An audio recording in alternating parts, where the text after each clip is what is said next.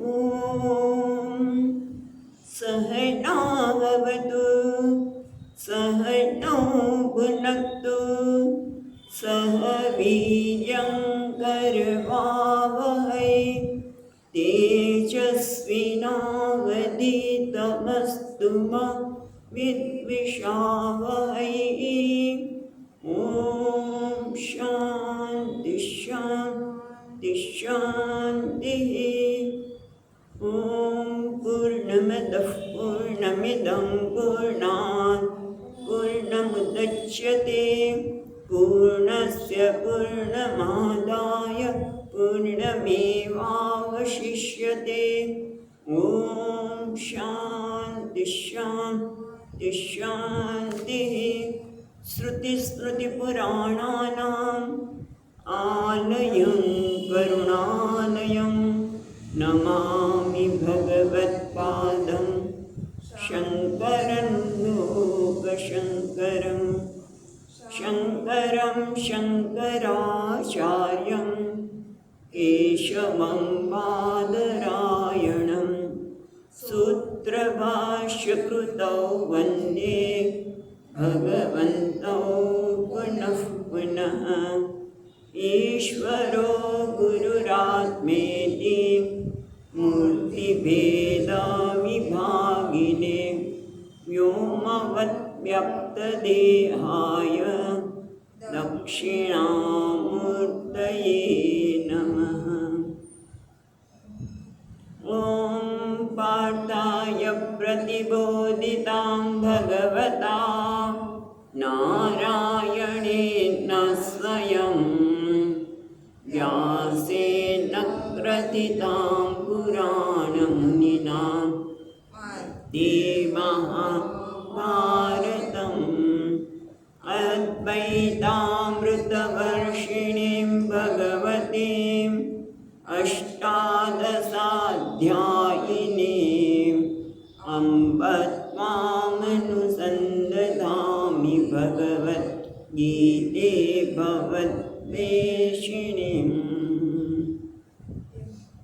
यं ब्रह्मा वरुणेन्द्ररुद्रमरुतः स्तुन्वन्ति दिव्यैस्तवैः वेदैः साङ्गपदक्रमोपनिषदैः गायन्ति यं सामगाः ध्यानावस्थिततद्गतेन मनसा पश्यन्ति यं योगिनः यस्यान्तं न विदुःसुरासुरगणाः देवाय तस्मै नमः।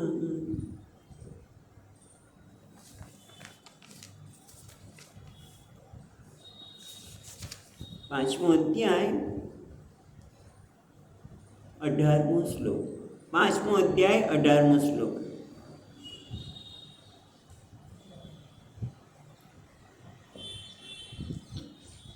વિદ્યા વિનય સંપન્ને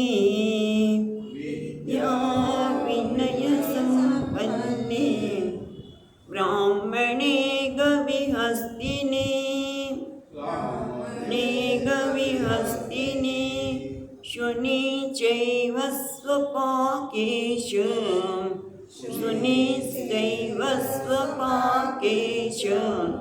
પંડિતા સમદર્શિનઃ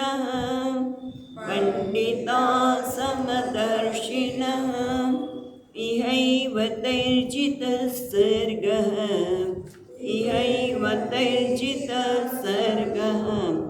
येषां साम्ये स्थितं मनः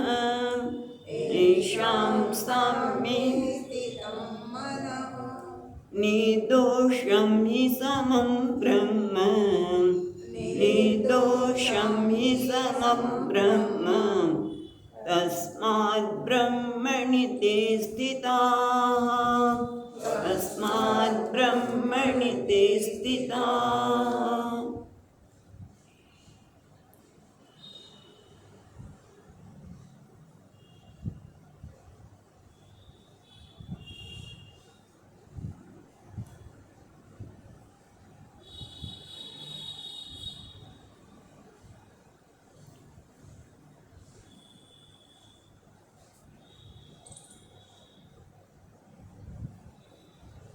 તદ્બુદ્ધયસ્તદાત્માનઃ, જેની બુદ્ધિ પરમાત્મામાં છે, એટલે કે વિષયોમાં જેની બુદ્ધિ આસક્ત થતી નથી, એ જે તદાત્મના, તન્નિષ્ઠા, તત્પરાયણા એની જે વાત કરી, તો એવી વ્યક્તિ વ્યવહાર તો કરશે ને.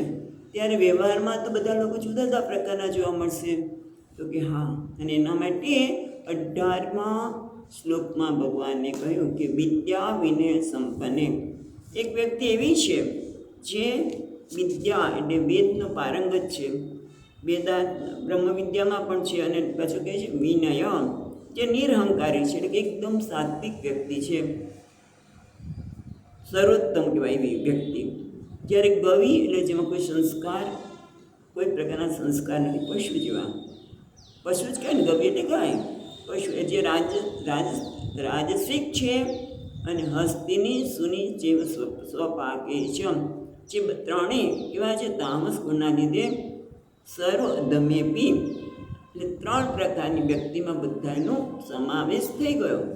કોઈ સાત્વિક હોય, કોઈ રાજસિક હોય કે તામસિક, આ બધાની સાથે એનો વ્યવહાર કેવો છે? તો કે છે વિદ્યા વિનય સંપન્ને બ્રાહ્મણે કવિ હસ્તિને પંડિતા સમદર્શિન. હા, પંડિતો એના માટે બધા માટે સમાન દર્શન છે. એના માટે બહુ સુંદર દ્રષ્ટાંત આપેલું કે સૂર્યનું પ્રતિબિંબ ગંગાજીમાં પડે, ગટરમાં પડે, કે કદાચ કોઈ સુરા દારૂ પડેલું હોય એમાં પણ પડે, તો પણ એ પ્રતિબિંબ જે મને પ્રતિબિંબમાં જે કંઈ ફેરફાર છે, પણ સૂર્યમાં કોઈ ફેર પડતો નથી. એમ આ બધામાં એ જુદા જુદા પ્રકારના વ્યક્તિત્વ ધરાવનાર વ્યક્તિને જ્યારે જોવે છે, ત્યારે એમાં કોને જોવે છે? પરમાત્માને. બહારના વેશને મહત્ત્વ આપતો નથી. બરાબર છે? બહારના વેશ આ બધા કે સાત્વિકતા, રાજસિક અને તામસિક બધા કેવા છે? પ્રકૃતિના વેશ છે. એટલે વેશ પહેરનારને નારાયણે જોવે છે. જેમ સ્વામીજી મહારાજ ઘણી વખત વાત કરતા, બહુ સુંદર. દયારામ એમ પાછળનું નામ યાદ નહીં, ભક્ત હતા, ભગવાનમાં બહુ દિન, અને દરરોજ પોતાની જાતે શાક રોટલી કે બનાવી લેતા. પણ જોવે તો રોટલી કોઈ કારણસર ઓછી થઈ જતી હતી. પછી એક દિવસ જરા ધ્યાન આપ્યું કે કોણ રોટલી લઈ જાય છે? તો એ રોટલી બનાવતા હતા, અને ત્યારે એ કૂતરું આવીને રોટલી લઈ જતું. તો કે ઉભા રહો પ્રભુ, ઉભા રહો, આ રોટલી તો કોરી છે, એનું જરા ઘી ચોપડી આપો. સામાન્ય વ્યક્તિ શું કરે? એને મારે કે મેં આટલી ગરમ રોટલી બનાવી છે, એટલી મહેનત કરીને બનાવી છે, તો લઈ જાય છે. પણ એ તો અહીંયા ભગવાન નથી. એ તમે જો એકનાથ છે, નરસિંહ મહેતા છે, એ બધામાં કેવું છે? બધામાં ભગવાનના દર્શન દેખાય છે. એનો વ્યવહારમાં તો જ એ હરિજનવાસમાં જઈને નરસિંહ મહેતા ભજન કરી શકે. એકનાથનું જીવન પણ જુઓ તેવું જ છે. એટલે ટૂંકમાં આ કેવા છે? પંડિત છે, એટલે જ્ઞાની છે. પંડિત એટલે જેને આત્મજ્ઞાન છે, તેવા સમદર્શિન, જેને પરમાત્માને જોવાની સમ જે પરમાત્મા છે, બ્રહ્મ છે, એને જોવાની જેને ટેવ પડી ગઈ છે. જેમ આપણે વાત કરીને એ ઘણા લોકોને બધામાં દોષ જ દેખાય. એટલે પાણીમાંથી પોરા કાઢવા હોય તો એને આવડે. અને એટલા માટે દુર્યોધન માટે કહેવામાં આવે છે એવું કે જાઓ કોઈ સારો માણસ જોઈ આવો, કોણ છે આ દુનિયામાં? તો કે કોઈ છે જ નહીં. અને યુધિષ્ઠિરને કહ્યું તો કે કોઈ ખરાબ જ છે. બધામાં એને નારાયણના દર્શન થયા, સમદર્શિના. એટલે આભાની વાત કરી, પણ પછી તરત પ્રશ્ન પૂછ્યો, આવું હોય બધાની સાથે સમાન વ્યવહાર કરતા હોય તો? જેમ નરસિંહ મહેતાની વાત કરી હમણાં, કે નરસિંહ મહેતા જ્યારે હરિજનના ત્યાં ભજન કર્યા હતા, લોકો એને નાતતાર મૂકી દેવા. એટલે એ રીતે અહીંયા પણ શાસ્ત્રમાં છે કે સમાભ્યામ નનો અભોજ્ય અન્નસ્તે દોષવંત. જેનું અન્ન ન ખાવાનું હોય એનું અન્ન ખાઈએ તો દોષ લાગે આપણને. અને એ ક્યાં લાગે? તો કે સમાભ્યામ વિશ્વમે પૂજાતઃ. જ્યારે બધામાં કોઈ એક, જેમ કે ચતુર્વેદી છે, બીજું ત્રિવેદી છે, 3 વેદને જાણે છે, કોઈ ખાલી પૂજાની જાણે છે અને કોઈ કશું જાણતું નથી. એ બધાને તમે સરખી રીતે પૂજા કરો, સમાન દક્ષિણા આપો, સમાન સાથે બેસાડો, તો એનું અન્ન ખાવું જોઈએ નહીં. તો આને આ તો બધામાં સમાન દર્શી છે, તો એને દોષ ન લાગે? એનાથી કેમ કરાય આવું? તો કે ના. એના માટે આપણે 19મો શ્લોક જોઈ લો કે ઇહૈવ તૈ જીતૈ જીતૈ સર્ગ. ઇહ એટલે આજ, ઇહ એટલે અહીંયા, અહીંયા એટલે જીવત બિહી, એ જ્યારે જીવે છે ત્યારે જ, તૈહી ઇહ ઇહ એવ એટલે અહીંયા જ, એટલે જીવે છે ત્યારે, તૈહી એટલે તેના વડે, એટલે જે સમદર્શી છે, જે પંડિત છે એના માટે સર્ગજિત. આ સર્ગ એટલે સૃષ્ટિ. એક સર્ગનો અર્થ એક સૃષ્ટિ થાય, બીજો અર્થ જન્મ, અને એના કારણે બધા જ આવતા સમસ્યાઓ એ બધાને જીતી લીધા છે. કેમ? સામ્ય સ્થિત મન. એનું મન જે સામ્ય એટલે જે બધા પ્રાણી માત્રમાં સમાન રીતે રહેલા પરમાત્માના માં એનું મન સ્થિત છે. જેમ કે ઇલેક્ટ્રિસિટી તો એક જ છે, બરાબર? એ પંખામાં ફરે તો આપણે ઠંડક મળે, પછી રેફ્રિજરેટરમાં હોય તો ઠંડક મળે, પણ હીટરમાં હોય તો ગરમી પણ મળે, અને બલ્બને ટ્યુબલાઇટમાં પણ જુદા જુદા પ્રકારનો પ્રકાશ થાય, પણ છે તો એક જ. એ જ રીતે આ બધામાં જે સમ રીતે રહેલું પરમાત્મા છે એને છે સ્થિતમ મનઃ. સ્થિતમ એટલે નિશ્ચલીભૂત, એના મનમાં સ્પષ્ટ છે કે આ પરમાત્મા જ બધાના હૃદયમાં રહેલો છે. આ પરમાત્મા જુદા જુદા વેશ લઈને આવે છે. આ બીજું છે, દયારામની વાત કરીને એમની વાત બીજી પણ છે કે નરભેરામના, દયારામની નરભેરામના એવી કવિતા આવે છે કે નરભેરામ કહે છે કે હાલી હિંડીને ઠાકુર આવ્યા. ભગવાન સામેથી આવીને કોઈ ચોરીને બધી વસ્તુ લઈ લીધી, તો બધા વસ્ત્રો એ લઈ ગયા. કે એવી સ્થિતિ બહુ સરળ નથી. એ પરમાત્મામાં સ્થિતિ કરી, એને જ્ઞાની કહો કે ભક્ત કહો, એવા અને સામ્ય એટલે નિશ્ચલ. સ્થિતમ એટલે જેનું મન નિશ્ચળ થઈ ગયું છે, એમાં નિર્દોષમી સંબ્રહ્મ તસ્માદ બ્રહ્મણી તે સ્થિતા. એ નિર્દોષ બ્રહ્મમાં જ એનું મન સ્થિત થયેલું છે. એટલે કે પરમાત્મા જે બધા જ ભેદથી રહિત છે, નિર્ગુણ ચૈતન્ય છે, એમાં એને ભગવાન ભાષ્યકાર યાદ અપાવે છે કે ઈચ્છાદીન ક્ષેત્ર ધર્મત્વાદ. આ બધે જાણે છે કે જે કંઈ બધા દેખાય છે તો ક્ષેત્રના ધર્મ છે. એ તો અનાત્મા છે, એ તો સંઘાતના છે, અને હું કોણ છું? એ બધાને ઉજાડનાર નિર્ગુણ પરમ તત્વ છું. એટલે પછી ભેદ તો રહેતા નથી. લખે છે ન આપી અત્યંત વિશેષ આત્મના ભેદકા સંતિ પ્રતિશરીરમ તેષામ સત્ય પ્રમાણ અનુપત્તે સમમ બ્રહ્મ ઐક્ય. અને ટૂંકમાં જે બ્રહ્મમાં સ્થિત છે એને કોઈ દોષ માત્ર, ગંધ માત્ર, કોઈના ગંધ માત્ર દોષ ન સ્પૃશતી. એને ગંધ માત્ર પણ સેજ પણ એને કોઈના દોષનો સ્પર્શ થતો નથી. અને એટલા માટે આ દેહાદી સંગાત, દેહ વગેરેનો જે સંગાત છે એમાં જે સમદર્શી છે, તે બધામાં પરમાત્માને જોવે છે, એને આ કોઈ પ્રકારના દોષ લાગતા નથી. સમાભ્યામ વિષમે એ રીતે વાત કરી, એને લાગતો નથી. એટલે કહે છે હા, કોને લાગે છે? જે અનાત્મવિદ છે, જે શરીર દેહને આત્મા માને છે, એ આવું કરે તેને દોષ લાગે, એને દોષ લાગે. પણ જે આ સંગાતથી ઉપર ઉઠી ગયો છે, જે બ્રહ્મમાં સ્થિત છે, જે એને બ્રહ્મને તો કોઈ દોષ કે ગુણ લાગતા જ નથી, એટલા માટે એને પણ લાગતા નથી. એને તો સર્વ કર્મનો સંન્યાસ કર્યો છે. હવે આગળ કે છે આપણે જોઈએ. યસ્માત નિર્દોષમ સમબ્રહ્મ તસ્માત તદ આત્માનમ સાક્ષાત કુર્વતમ. ઓકે, દુઃખ દુઃખેશુ અનુદ્વિગ્નમનઃ સુખેશુ વિગતસ્પૃહઃ. ક્યાં વાત આવે છે, કયા શ્લોકમાં છે? દુઃખેશુ અનુદ્વિગ્નમનઃ સુખેશુ વિગતસ્પૃહઃ. બીજો અધ્યાય. ત્યાં ભગવાને આપણને કહ્યું કે અત્યારે પણ આ જ વાત કે જેનું મન સમાન બ્રહ્મમાં અને બધામાં સમ રહેલા બ્રહ્મમાં સ્થિત છે, તો એનો વ્યવહાર કેવો હોય છે? અને એ વખતે બતાવ્યું આ જ્ઞાની જે છે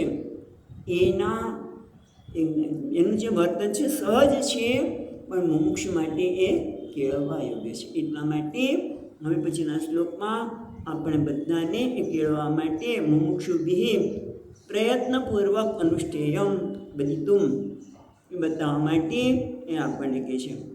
કારણ કે આ તો અદ્વૈત આત્મદર્શનશીલમ, જે અદ્વૈય આત્મતત્વમાં જેની બુદ્ધિ સ્થિત છે એ કેવો છે? તો 20મા શ્લોકમાં કહે છે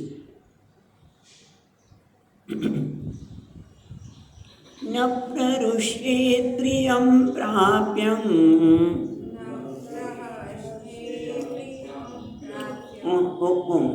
ઉચ્ચાર પ્રહૃષ્ય એ બરાબર થયો નહીં. જો પ્રરુષ્યેત, ફરી એકવાર. ન પ્રરુષ્યેત પ્રિયં પ્રાપ્ય, ન પ્રરુષ્યેત પ્રિયં પ્રાપ્ય, નો દ્વિજેત પ્રાપ્ય ચા પ્રિયં, નો દ્વિજેત પ્રાપ્ય ચા પ્રિયં. સ્થિરબુદ્ધિરસમ્મૂઢઃ, બુદ્ધિરસમ્મૂઢઃ બ્રહ્મવિદ બ્રહ્મણિ સ્થિતઃ, બ્રહ્મવિદ બ્રહ્મણિ સ્થિતઃ. હવે કહે છે યસ્માત નિર્દોષમ સમમ બ્રહ્મ, એ જે બધામાં રહેલા દોષ રહે, એટલે કે સત્વર તમોગુણના લીધે જે દોષ છે એ તેને સ્પર્શ થતા નથી એવા બ્રહ્મમાં જેનું મન સ્થિત છે એના માટે શું થાય છે? ન પ્રરુષ્યેત પ્રિયમ પ્રાપ્ય. એ જ્યારે જો એક વસ્તુ ત્યાં નોંધ કરવાની છે, ન પ્રરુષ્યેત ન ઉદ્વિજેત બંને છે ને, આમ તમને લોકોને ખ્યાલ નથી, પણ આજના જ કાળનું રૂપ છે. એ આમ ન કરવું જોઈએ એવું થાય, પણ અહીંયા ન પ્રરુષ્યતિ એવું કરી શકાય. એટલે વર્તમાન કાળ કે એ પ્રિયની પ્રાપ્તિ થવાથી હર્ષના ઉછાળામાં આવી જતો નથી. ન ઉદ્વિજેત ન ઉદ્વેજ પ્રાપ્ય ચ અપ્રિયમ. અને જ્યારે અપ્રિયની પ્રાપ્તિ થાય છે ત્યારે ઉદ્વેગ પામતો, ઉદ્વિગ્ન થતો નથી. કેમ? એની માટે કારણ બતાવે છે સ્થિર બુદ્ધિર સમૂઢ. બે કારણ છે, એક તો સ્થિર બુદ્ધિ છે અને બીજું શું છે? અસમૂઢ. બ્રહ્મવિદ બ્રહ્મણિ સ્થિતઃ, એ બ્રહ્મવિદ છે એ બ્રહ્મમાં સ્થિર છે, એમાં રહેલો. સ્થિત એટલે આમ તો રહેલો છે. એટલા માટે અહીંયા કહે છે કે ન પ્રરુષ્યેત પ્રિયમ પ્રાપ્ય. એ પ્રિય વસ્તુ જ્ઞાની છે, એ પ્રિયને પ્રાપ્ત, એટલે પ્રિય વસ્તુની પ્રાપ્તિ થાય ત્યારે હર્ષ ન કરવો જોઈએ, અને અપ્રિયની પ્રાપ્તિ થાય ત્યારે દ્વેષ ન કરવો જોઈએ. એવું ઉદ્વિગ્ન થવું ન જોઈએ એવું નથી. જ્ઞાની માટે કોઈ આદેશ નથી, પણ એને તો પ્રિયની પ્રાપ્તિ થવાથી હર્ષનો આવેગ આવતો નથી. કેમ ભાઈ? એને કે વસ્તુ ગમતી વસ્તુ મળે તો કંઈક એના મોઢા પર કંઈ ફેરફાર ન પડે? તો કે ના. કેમ? કારણ કે એ બ્રહ્મ એટલે જે આનંદ સ્વરૂપ પરમાત્મા છે એમાં એ સ્થિત છે.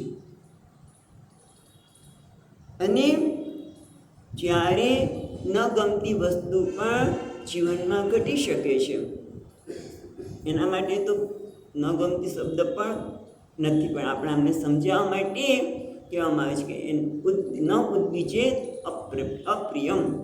અપ્રિય હોય તો એના માટે ઉદ્વેગ કરતા નથી. સામાન્ય રીતે આપણી સ્થિતિ શું છે? આપણે જગતના રિમોટની અંદર છે. એટલે રિમોટ કંટ્રોલ હોય, આપણે જેમ ફેરવીએ એમ ફેરફાર થયા કરીએ.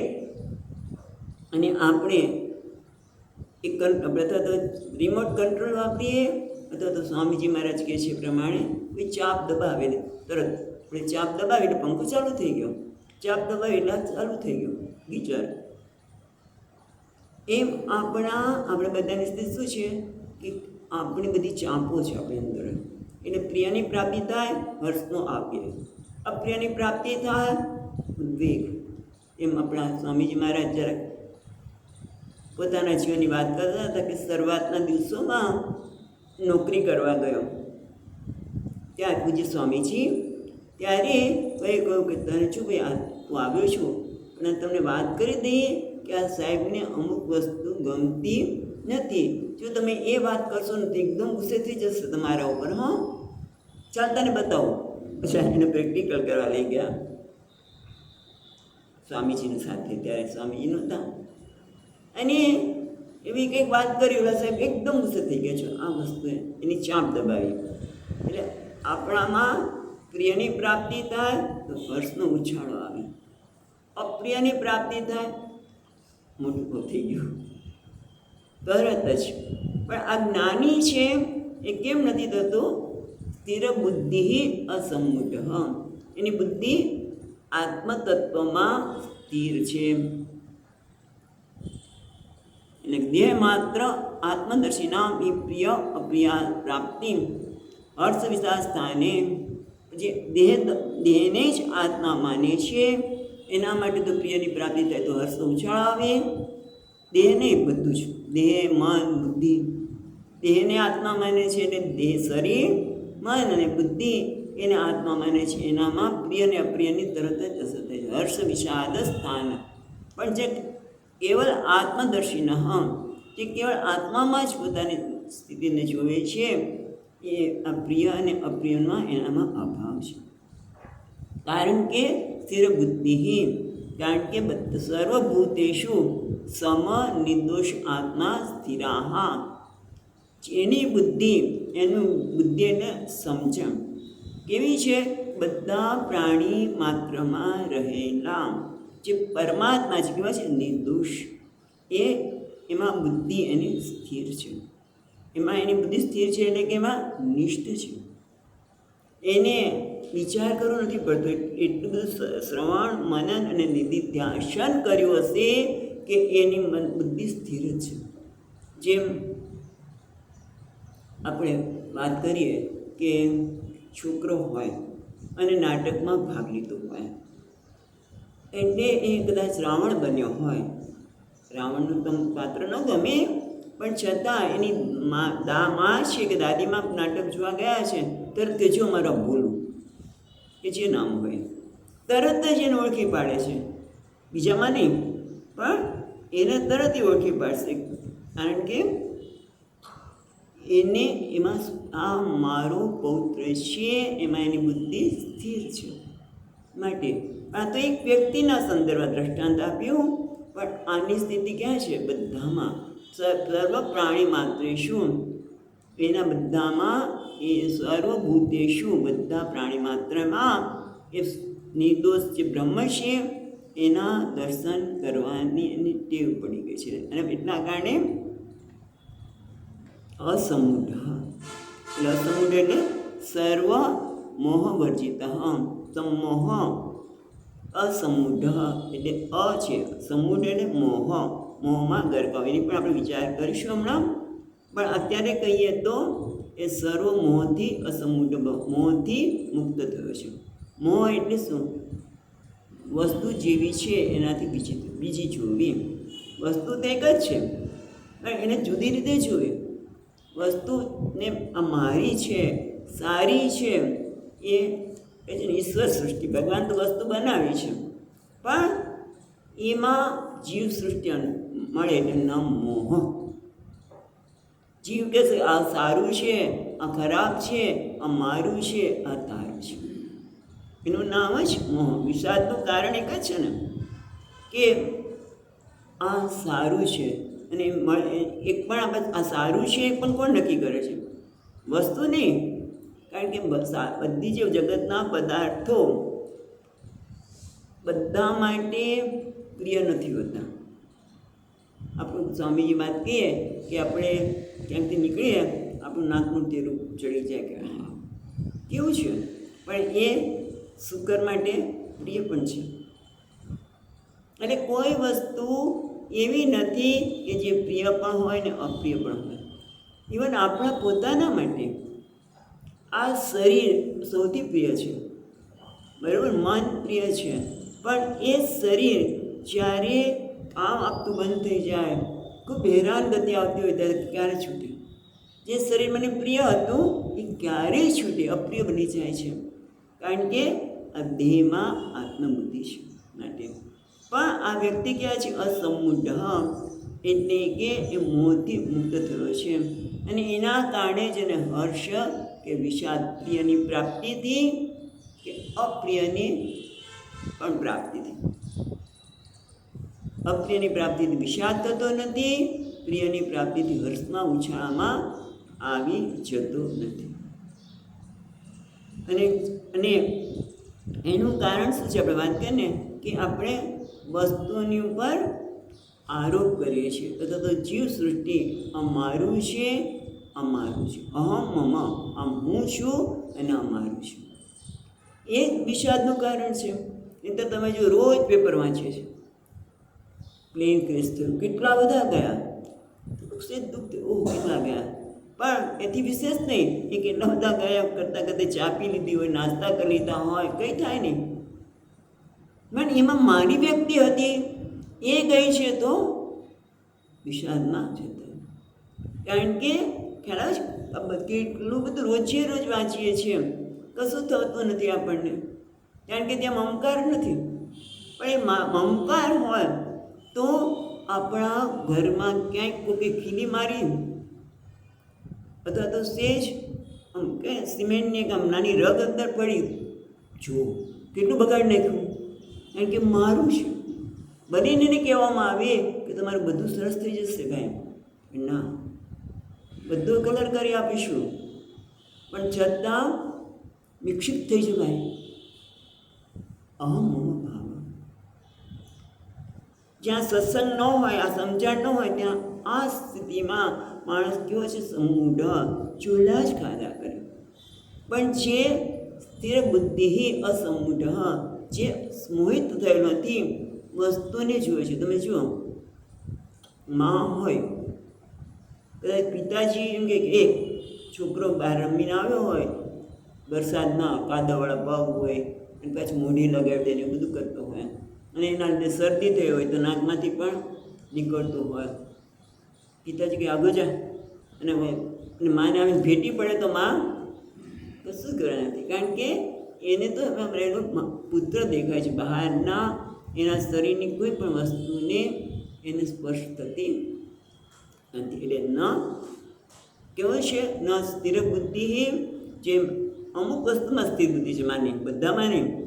એ જે બાજુવાળો કોઈ છોકરો આવ્યો હોય અને કદાચ તો આવી ગયો, તું કેમ આવ્યો, પગલાં કેમ પડ્યા, આમ કેમ કર્યું, પોતાના છોકરા માટે સારું કંઈનું કરી નાખીશ.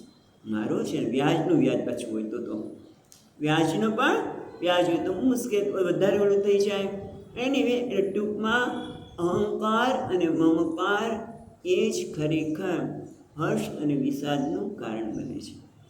પ્રિયની પ્રાપ્તિ ને અપ્રિયની પ્રાપ્તિ, કારણ કે ખરેખર કોઈ વસ્તુ મારી પણ નથી અને હું પણ જે કોઈ વસ્તુ મને આમ જોવા જઈએ તો પણ જ્ઞાન ન હોય ને, બધામાં નિર્દોષ બ્રહ્મને ન જોઈએ તો પણ સ્વામીજી કેમ everything is given to me, આ બધી વસ્તુ મને આપવામાં આવી છે, હું તો ટ્રસ્ટી છું.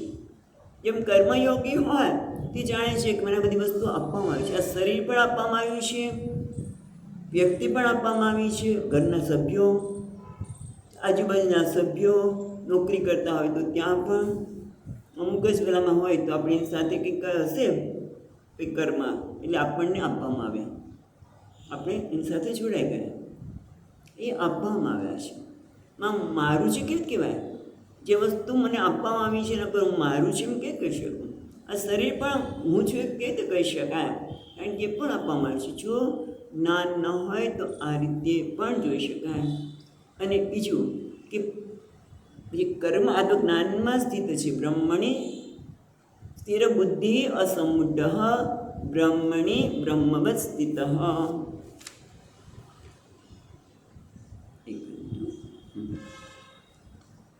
એટલે કે બ્રહ્મમાં એ સ્થિત છે એટલે અસમૂઢ.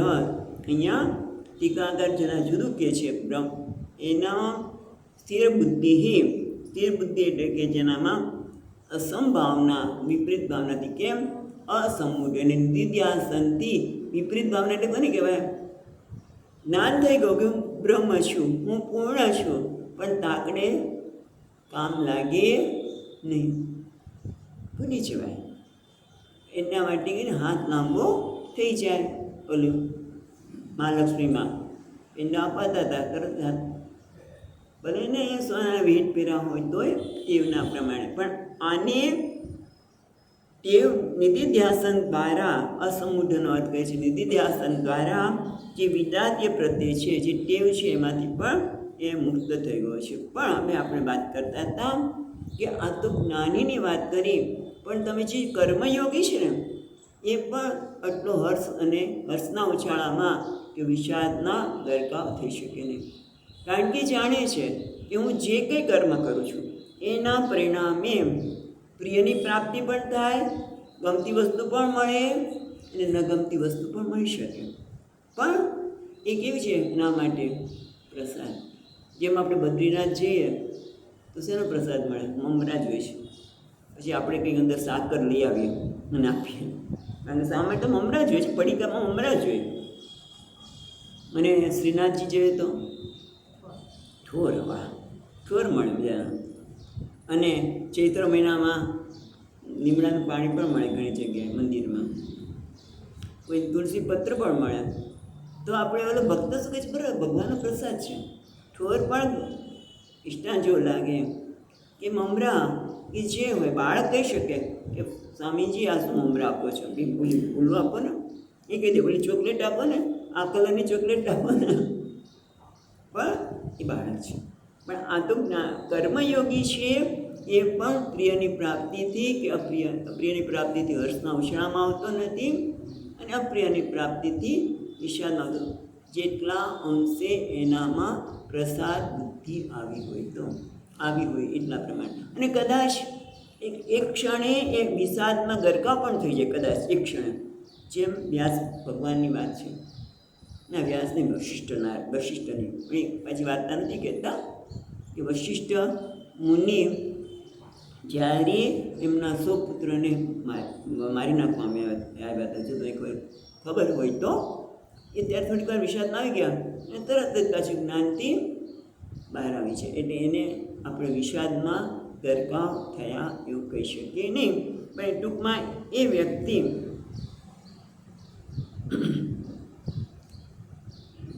જે કર્મયોગી છે એ પણ પ્રિય કે અપ્રિયમાં કે હર્ષ કે વિષાદમાં ગરકાવ થતો, હર્ષમાં પણ એમ ઉછાળો આવતો નથી.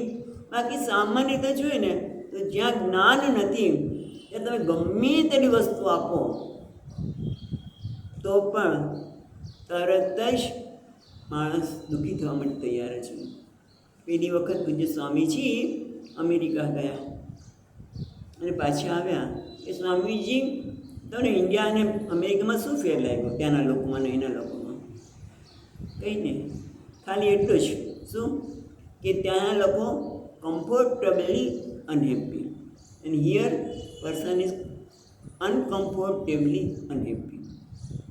ગુજરાતી કરીએ છીએ કે ત્યાંના લોકો બધી સગવડ વચ્ચે પણ દુઃખી છે. જ્યાં સુધી આ જ્ઞાન નહીં હોય ત્યાં સુધી દુઃખી જવાના. અને અહીંયા અગવડો વચ્ચે દુઃખી છે. બસ દુઃખી તો રહેવાના જ, કારણ કે જ્યાં સુધી આપણે કર્મયોગ પણ નથી લાવ્યા, આ જ્ઞાન પણ નથી લાવ્યા ત્યાં સુધી. એના માટે કહે છે કે સાધકે પ્રયત્નપૂર્વક આમાં સ્થિત થવું જોઈએ કે ન પ્રરુષેત પ્રિયમ પ્રાપ્ય ન ઉદ્વિજેત ચ અપ્રિયમ. સ્થિર બુદ્ધિનું કારણ છે સ્થિર બુદ્ધિ અને અસમૂઢો. પછી શું કહે છે? બ્રહ્મવિદ બ્રહ્મણી સ્થિત. હા, આ કેવો છે? બ્રહ્મવિદ. બ્રહ્મવિદ એટલે જે બ્રહ્મને આત્મા રૂપે જાણે છે. સ્થિત અકર્મ કૃત સર્વ કર્મ સંન્યાસિત્યત. અહીંયા તો ભગવાન ભાષ્યકાર બ્રહ્મવિદને એવું કહે છે કે જે અકર્મકૃત, જે જાણે છે કે હું કોઈ કર્મ કરતો જ નથી.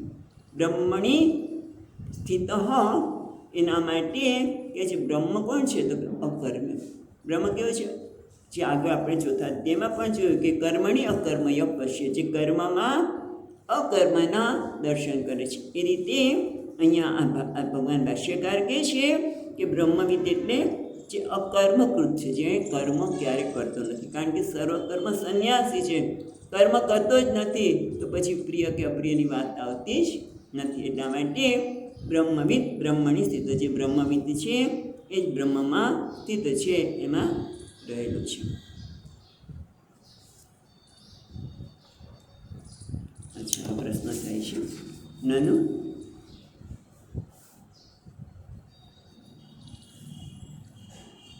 બહુ સુંદર પ્રશ્ન આપણે આ મધુસૂદનજી મહારાજ કહે છે, અને અહીંયા પણ કહે છે. પેલા ભાષ્યકાર શું કહે છે? જોઈએ, જે બ્રહ્મમાં સ્થિત થયેલો છે એ પણ જગતના સાથે વ્યવહાર તો કરવાનો જ છે ને, તો એમાં પ્રિય નહીં લાગે? એવો પ્રશ્ન છે. એના સંદર્ભમાં 21મા શ્લોકમાં કહે છે. અને અહીંયા મધુસૂદનજી મહારાજ આ શ્લોકના પ્રારંભમાં કહે છે, નનુ બાહ્ય વિષય પ્રીતિ અનેક જન્મસુ અનુભૂતત્વાત અતિ પ્રબલત્વાત. એટલે કહે છે કે અનેક જન્મથી માણસને એક નિર્ણય થઈ ગયો છે કે બહારના જગત, બાહ્ય વિષય પ્રીતિ, બહારના વિષયમાં હંમેશા પ્રેમ રહેલો છે અને અનેક જન્મથી છે. અને એના સંસ્કાર એટલા બધા પ્રબળ છે. હા, એટલે કે પ્રબલત્વાત કથમ અલૌકિક બ્રહ્મણી દ્રષ્ટિએ સર્વ સુખ રહિતે સ્થિતિ. તો પછી આ પરમાત્મા કેવા છે? સુખ સ્વરૂપ છે. એ સુખ કેવું છે? અલૌકિક છે. એમાં કેવી રીતે સ્થિતિ થાય? કારણ કે અનેક જન્મથી આ તો સંસ્કાર છે. તો કે કંઈ વાંધો નહીં, આ તો બહુ મહત્ત્વની વસ્તુ છે. પણ તમે જુઓ કે સાધકે નતું દ્વૈત દર્શને વિદ્યમાને આપી. પછી જોઈશું કે જે ભલે અનેક જન્મમાં બાહ્ય વિષયમાં જે પ્રીતિ છે એ પ્રીતિ એટલી દ્રઢ થઈ ગઈ છે, પ્રબળ છે. પણ જેમ જેમ શ્રવણ કરતા છીએ, જેમ એમાં આસક્તિ, પ્રીતિ, અહીંયા આસક્તિ, પ્રીતિ શું શબ્દ વાપરે છે? ભાષ્યકાર હમણાં જોઈએ છીએ, તૃષ્ણા રહિત, આસક્તિ રહિત પ્રીતિ એનો અર્થ થાય. તો એ જેટલા અંશ ઓછી થાય એટલો અંશે આત્માનું સુખ પ્રાપ્ત કરે જ છે, આનંદ પ્રાપ્ત કરે જ છે. એ વસ્તુ બતાવે છે. એટલે આ શ્લોકના હવે પછીના શ્લોકના 2 અર્થઘટન થાય છે.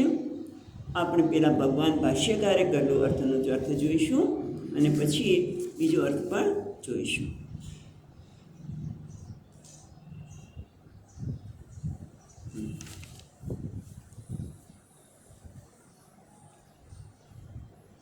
એકવીસમો શ્લોક. બાહ્ય સ્પર્શેષુ સક્તાત્મા વિંદત્યાત્મનિ યત્ સુખમ સબ્રહ્મયોગયુક્તાત્મા સુખમક્ષયમશ્નુતે.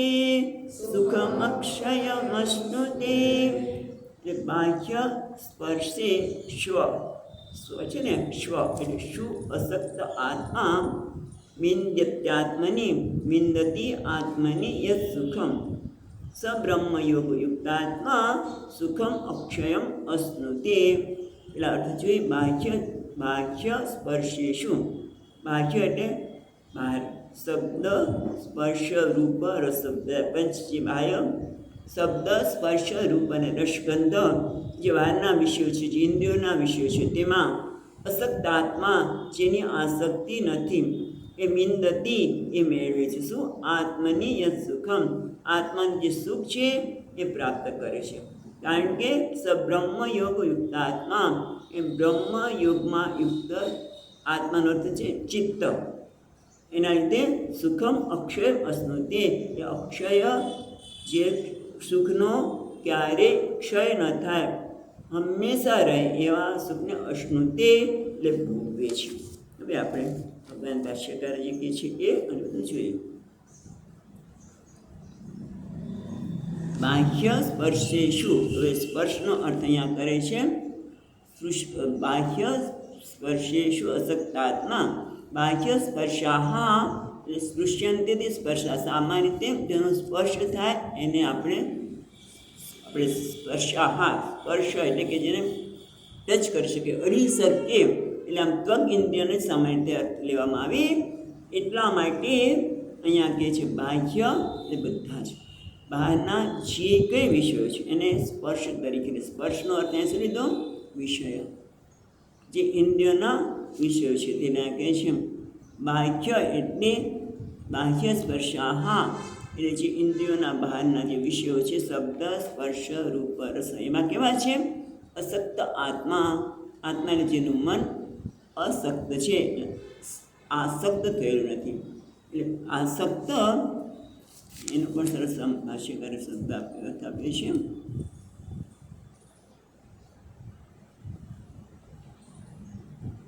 ઓકે, અસક્તને પ્રીતિ વર્જિત નથી. પ્રીતિ એટલે તૃષ્ણા રહિત છે, આસક્તિ રહિત. બાહ્ય સ્પર્શ બહારના વિષયોમાં જન્મ અસક્ત છે, એટલે જેમાં પ્રીતિ રહિત એટલે કે તૃષ્ણા રહિત છે, સ્નેહ છે, પ્રેમ છે, પણ આસક્તિ એટલે આગ્રહ એ એનામાં નથી. કારણ કે આપણે ખબર છે કે જ્યાં આસક્તિ હોય એ એટલે કે આ મારું છે, આ મારું જ રહેવું જોઈએ, ત્યાં હંમેશા આપણે પરતંત્ર બનીએ. જેમ પુત્રે પુષ્ટિ અહમ પુષ્ટ, પુત્રે નષ્ટે અહમ નષ્ટ.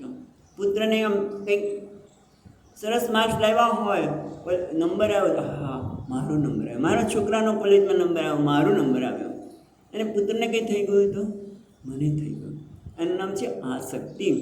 અને આ આસક્તિ આપણે કેવું બનાવે છે? પરતંત્ર. જેમ કહે છે સર્વમ પરવશમ દુઃખમ, સર્વ આત્મવશમ સુખમ. આ જગતમાં કેવું છે, જેને આપણે આસક્તિ કરીએ એટલે એને અધીન બની જઈએ, અને અધીન બનીને દુઃખિત થવાના.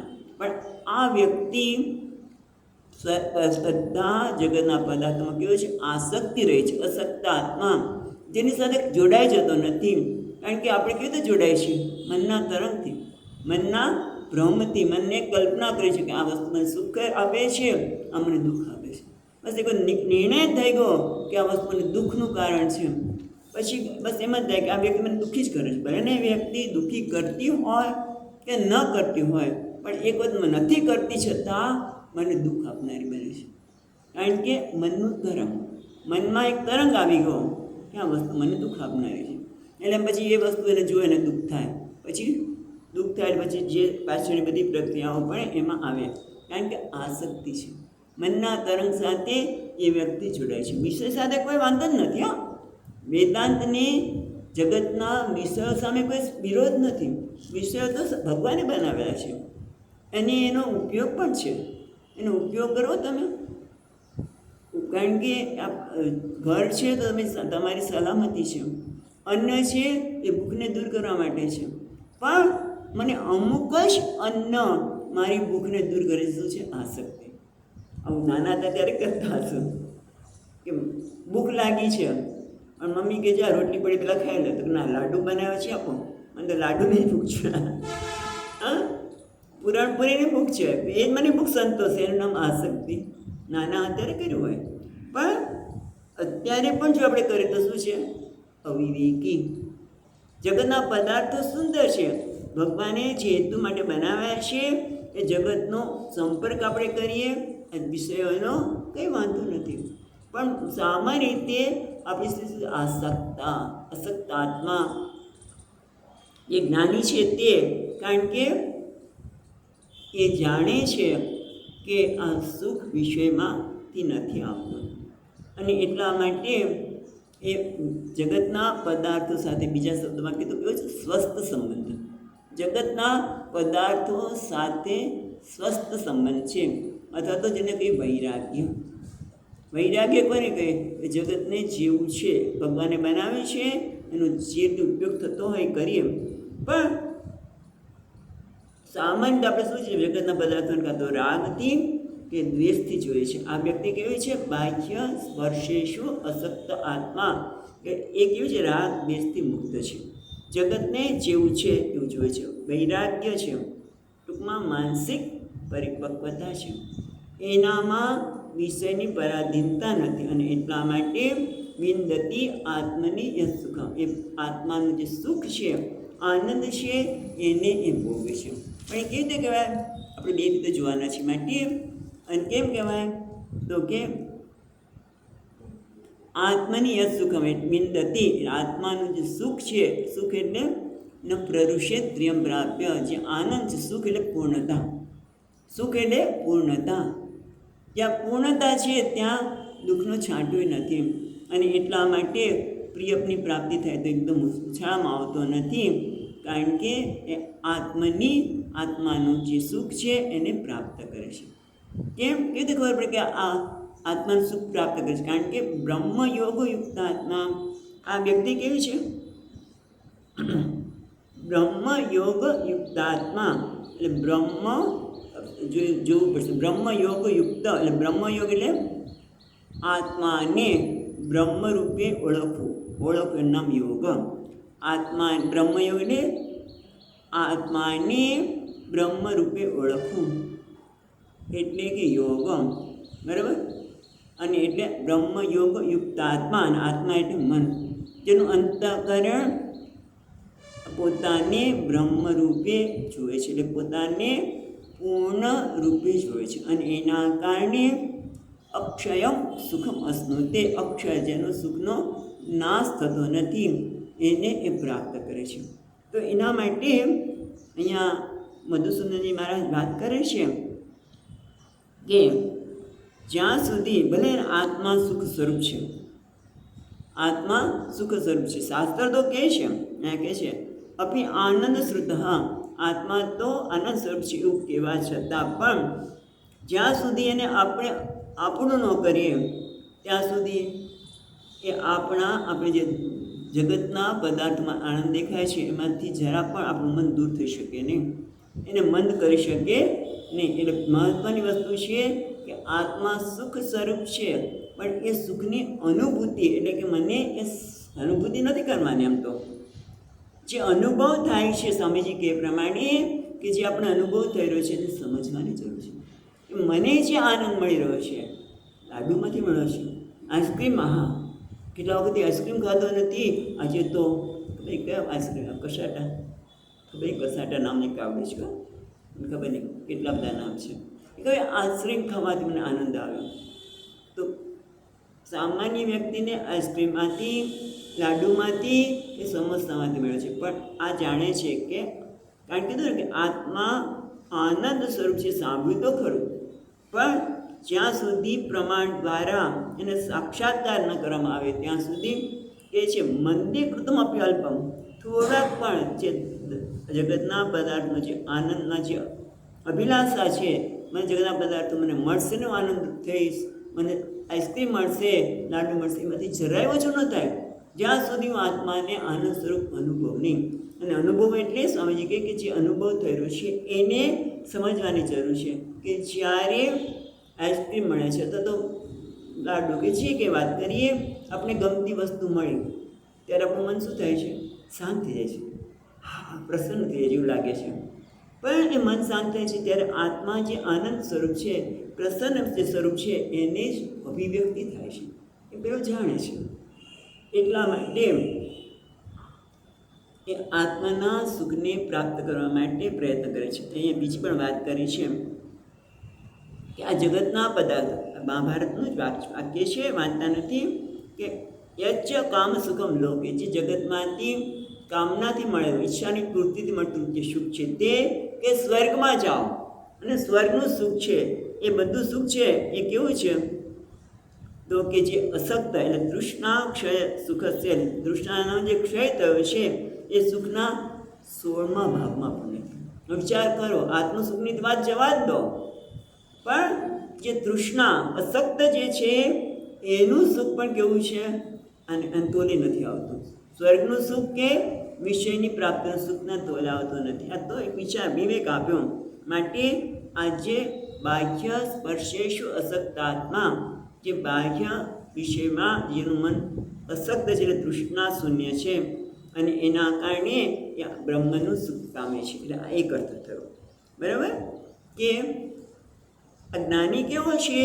કે જેનું મન બાહ્ય વિષયોમાં તૃષ્ણા શૂન્ય છે, અને એના લીધે આત્મા જે સુખ સ્વરૂપ છે એને એ સુખને, એ આનંદને એ પ્રાપ્ત કરે છે. કારણ કે બ્રહ્મ યોગ યુક્તાત્મા, એટલે બ્રહ્મ એ જ યોગ છે, એ જ આત્મા છે. કેવી રીતે? તો અહીંયા કહે છે તમ પદ એટલે હું, તમ પદ એટલે હું, જેને હું કહું છું, એનું શોધન કરીને એ જાણે છે કે હું કોણ છું? ચૈતન્ય, શુદ્ધ ચૈતન્ય. એટલું જ નહીં, તત્વમસી, એ પદાર્થનું શોધન કરે છે. એને અહીંયા બ્રહ્મયોગ યુક્તાત્મા એવું કહ્યું ટીકાકારે, કે જેને તત્પદાર્થનું શોધન કરીને, અને તમ એટલે હું, અને તત્ એટલે પરમાત્મા, એ બંનેના ઐક્યને જેને જોયું છે, કેવી રીતે શ્રવણ મનન અને નિધિધ્યાસન દ્વારા એ જે સુખની પ્રાપ્તિ કરે છે, એ કેવી છે? અક્ષય, જેનો ક્યારેય નાશ ન થાય. અને કેવું સુખ હોય છે? તો તૈત્રીય ઉપનિષદમાં આનંદ મીમાંસા છે, જોજો કે સુખની તો કોઈ આમ સરખામણી જ ન કરી શકાય. અથવા તો શંકરાચાર્ય મહારાજ કહે છે યત સુખ્યામ બધી લેશતી શક્રાદયોપી નિવૃત્તાહ. આ બ્રહ્મનું સુખ કેવું છે? કે જેના લેશમાંથી, જે અહીંયા મહાભારતની વાત કરી કે સ્વર્ગનું સુખ કેવું હોય છે, એ જ વાત અહીંયા શંકરાચાર્ય મહારાજ કહે છે કે આત્માનું સુખ કેવું હોય છે.